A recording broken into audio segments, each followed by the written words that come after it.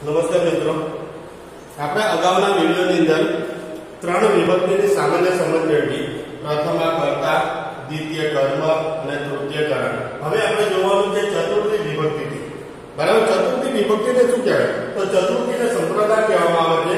તેને એના ગુજરાતી પ્રત્યે કે ને, માટે, કાર્ય, વાસ્તવિક. ચતુર્થીને સંપ્રદાય કહેવામાં આવે છે અને એનામાંથી ને, માટે, કાર્ય, વાસ્તવિક. હવે એની વ્યાખ્યા છે તો એની વ્યાખ્યા એ છે કે કર્તા જેને કંઈક આપે છે એને સંપ્રદાય કહે છે. કર્તા જેને કંઈક આપે છે, જેને કંઈક આપે છે તેને સંપ્રદાય કહેવામાં આવે છે. તેને સંપ્રદાય કહે છે. એટલે કે આપવાની ક્રિયા થતી હોય, આપવાની, ત્યારે એને ચતુર્થી વિભક્તિમાં મૂકવામાં આવે છે. બરાબર, કંઈક આપવાની ક્રિયા થતી હોય એટલે અહીંયા કરતા કંઈક આપે છે તેને સંપ્રદાય કહે છે. કંઈક આપવાની ક્રિયા થતી હોય, બરાબર, કોઈને દાન આપે તો એ ચતુર્થી વિભક્તિમાં મૂકવામાં આવે છે. એના ઉદાહરણ છે આપણે જોઈએ. રાજા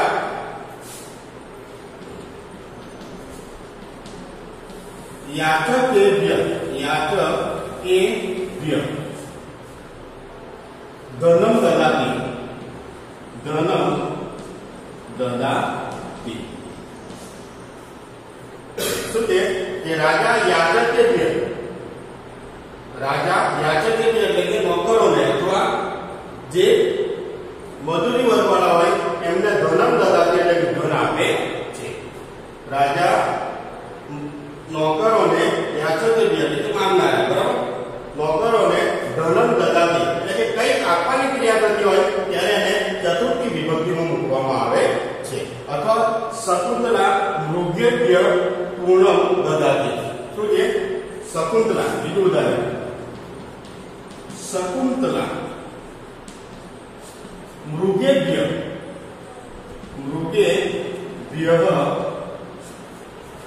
તૂણમ દદાતિ. તૂણમ દદાતિ. શકુંતલા મૃગેભ્ય, બરાબર, આ ચતુર્થી વિભક્તિ છે. મૃગેભ્ય એટલે કે હરણોને, તૂણમ એટલે કે ઘાસ, દદાતિ એટલે કે આપે છે. શકુંતલા હરણોને ઘાસ આપે છે. ખ્યાલ આવી ગયો? આ ચતુર્થી વિભક્તિ એટલે કે કંઈક આપવાની ક્રિયા થતી હોય ત્યારે એને ચતુર્થી વિભક્તિમાં મૂકવામાં આવે છે. હવે છે પંચમી વિભક્તિ. પંચમી એટલે કે છૂટા પડવાની ક્રિયા થતી હોય. પંચમીને અપાદાન કહેવામાં આવે છે. અપાદાન. હવે એના માટે ગુજરાતી પ્રત્યય છે માંથી, પરથી, માંથી, પરથી એટલે ને કારણે. ને કારણે કઈ છૂટા પડવાની ક્રિયા થતી હોય ત્યારે એને પંચમી વિભક્તિમાં મૂકવામાં આવે છે. આપણે જોઈએ એની વ્યાખ્યા. જેનાથી કોઈ વસ્તુ કે વ્યક્તિ, જેનાથી કોઈ વસ્તુ કે વ્યક્તિ અલગ પડતી હોય, તેને અપાદાન કહે છે. તેને અપાદાન કહે છે. એટલે કે છૂટા પડવાની ક્રિયા જ્યારે થતી હોય ત્યારે એને પંચમી વિભક્તિ એટલે કે અપાદાનમાં મૂકવામાં આવે છે. છૂટા પડવાની, માંથી બાળક જુદું પડે, બરાબર, એ પંચમી વિભક્તિમાં આવે. વૃક્ષમાંથી પાન છૂટા પડે, બરાબર, અથવા હિમાલયમાંથી ગંગા છૂટી પડે છે, બરાબર, તે પંચમી વિભક્તિમાં મૂકવામાં આવે છે. ઉદાહરણ તરીકે આપણે જોઈએ વૃક્ષાત પર્ણાની પતંગી. વૃક્ષાત પર્ણાની પતંગી. ખ્યાલ આવે છે? વૃક્ષાત પર્ણાની પતંગી એટલે કે વૃક્ષ माथी आयो शब्द वृक्ष माथी पर्णानी એટલે કે પાન પતંગથી એટલે કે છૂટા પડે છે વૃક્ષ માંથી પાન છૂટા પડે છે છૂટા પડવાની જે ક્રિયા હોય એને પંચમી વિભક્તિમાં મૂકવામાં આવે છે પછી છે બીજું ઉદાહરણ ગંગા બીજું ઉદાહરણ છે ગંગા હિમાલયાત ગંગા હિમાલયાત હિમાલયાત એટલે કે હિમાલય માંથી આ પંચમી વિભક્તિ છે આ વૃક્ષાંત પંચમી છે પ્રભવતી બરાબર કે ગંગા હિમાલય માંથી પ્રભવતી એટલે કે નીકળે છે ગંગા હિમાલય માંથી શબ્દ આવ્યો પ્રભવતી એટલે કે નીકળે છે એટલે કે જે છૂટા પડવાની ક્રિયા જે થતી હોય એને પંચમી વિભક્તિમાં મૂકવામાં આવે છે હવે જે આપણે ષષ્ઠી અને સપ્તમી અને સંબોધન ત્રણ વિભક્તિ બાકી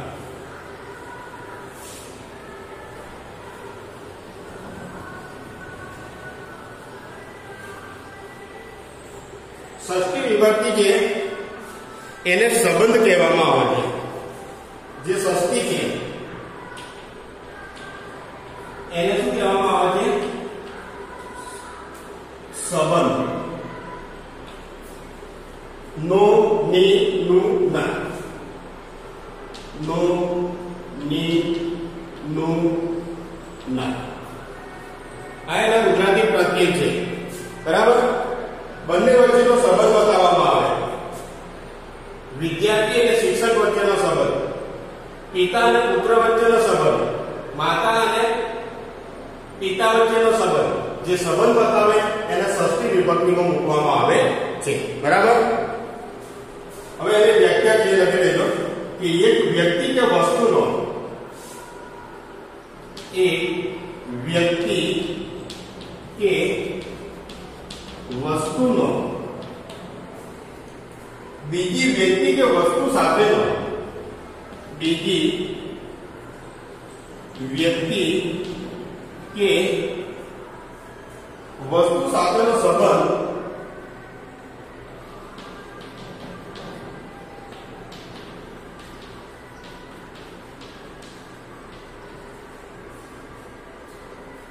દર્શાવવામાં આવે ત્યારે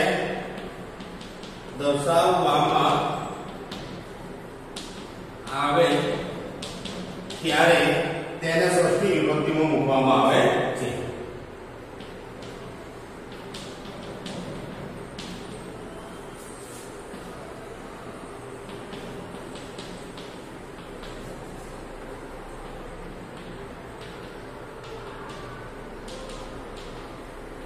આવે છે એની વ્યાખ્યા જો ષષ્ઠી સંબંધ કે એક વ્યક્તિ કે વસ્તુનો એક વ્યક્તિ હોય કે વસ્તુનો બીજી વ્યક્તિ કે વસ્તુ સાથેનો સંબંધ દર્શાવવામાં આવે ત્યારે તેને ષષ્ઠી વિભક્તિમાં મૂકવામાં આવે છે ઉદાહરણ તરીકે કે આપણે નાના એવા ઉદાહરણો લઈએ ઉદાહરણ તરીકે આપણે લઈએ તો દેવ મંદિર બરાબર અહીંયા બંને શબ્દો વચ્ચેનો સંબંધ બતાવવામાં આવે દેવ અને મંદિર અહીંયા શું થાય કે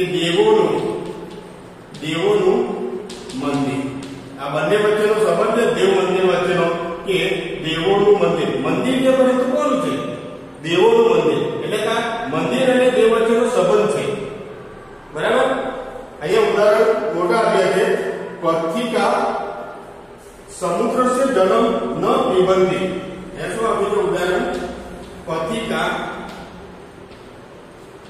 સમુદ્રस्य जल न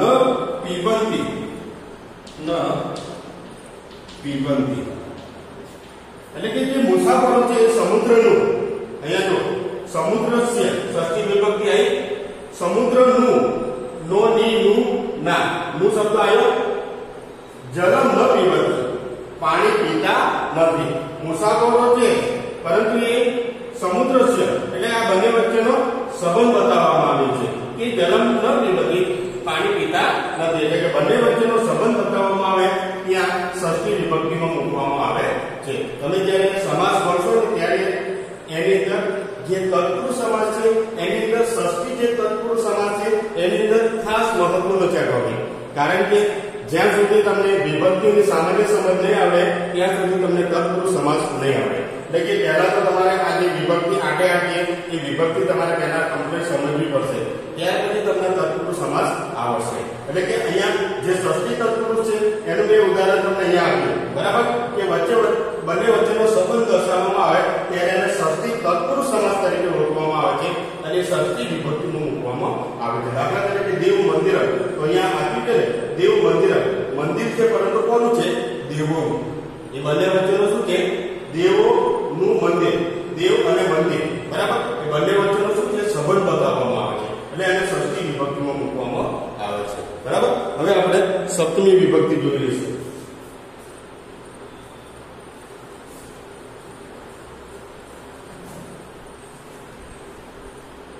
સપ્તમી વિભક્તિ છે એમાં સ્થાન બતાવવામાં આવે છે, કોઈ ચોક્કસ સ્થાન, નિશ્ચિત સ્થાન, અને અધિકરણ કહેવામાં આવે છે. સપ્તમી ને અધિકરણ, એના ગુજરાતી પ્રત્યય છે માં, બરાબર, માં પછી ઉપર ને વિશે ને વિશે, આ એનો ગુજરાતી પ્રત્યય છે, માં ઉપર ને વિશે. અહીંયા ચોક્કસ સ્થાન, અધિકરણ એટલે કે સપ્તમીને ચોક્કસ સ્થાન બતાવવામાં આવે. જો આપણે એની વ્યાખ્યા, ક્રિયા જ્યાં થતી હોય, ક્રિયા જ્યાં થતી હોય તે સ્થાનવાચક શબ્દને તે સ્થાનવાચક શબ્દને સપ્તમી વિભક્તિમાં મૂકવામાં આવે છે, અથવા તે સ્થાનવાચક શબ્દને અધિકરણ કહેવામાં આવે છે.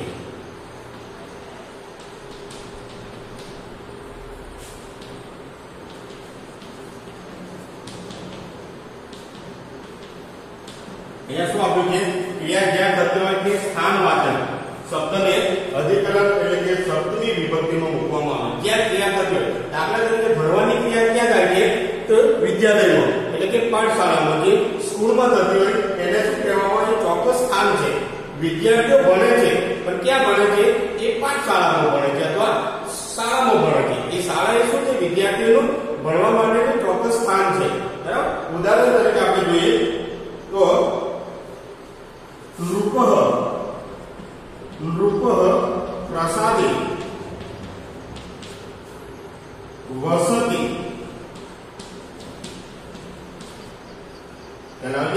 નૃપઃ પ્રસાદે વસતિ. નૃપઃ એટલે કે રાજા, પ્રસાદ એટલે કે મહેલમાં, વસતિ એટલે કે રહે છે. રાજા ક્યાં રહે છે? મહેલમાં રહે છે. આ મહેલ એ શું છે? એનું સ્થાનવાચક શબ્દ છે, એનું સ્થાન બતાવે છે કે રાજા કોઈ ઝૂંપડીમાં રહે ના રહે, રાજા ક્યાં રહે? પ્રસાદમાં. પ્રસાદ એટલે કે મહેલમાં રહે છે. એ એનું શું છે? મહેલ એનું સ્થાન છે અને એને સપ્તમી વિભક્તિમાં મૂકવામાં આવે છે. બીજું છે કે સિંહ ગુહાયમ ની વસતિ. સિંહ ગુહાયમ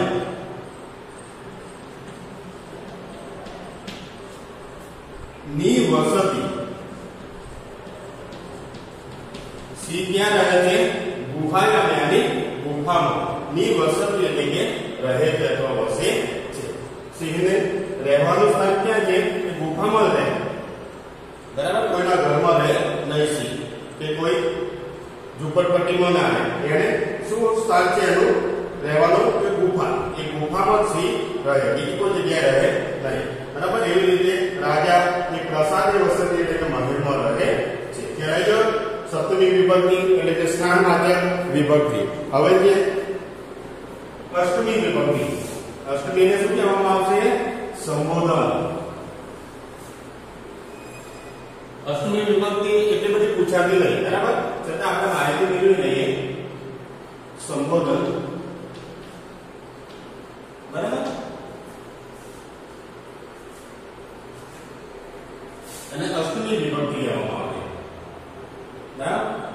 સંબોધન જે છે એના ગુજરાતી પ્રતિ છે હે, અરે અને ઓ.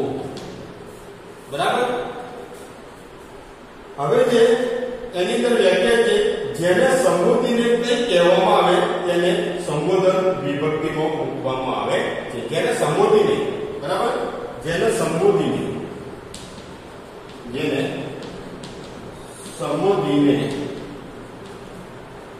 કંઈ કહેવામાં આવે, કંઈ કહેવામાં આવે તેને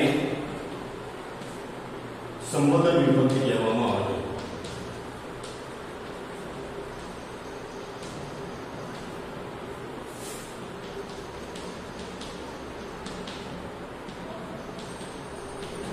બરાબર. સંબોધન કરવામાં આવે, કોઈને બોલાવવામાં આવે કે હે, અરે, ઓ. બરાબર. આને સંબોધન કહેવામાં આવે છે. તો અહીંયા આપ્યું છે ઉદાહરણ કે અહીં શકુંતલે, અહીં શકુંતલે એટલે અહીં એટલે કે અરે, અરે શકુંતલા. ખ્યાલ આવે છે? અહીં એટલે કે અરે શકુંતલે એટલે કે શકુંતલા. અરે શું છે? એ એનું સંબોધન છે. પછી છે ભોરા, ભોરા,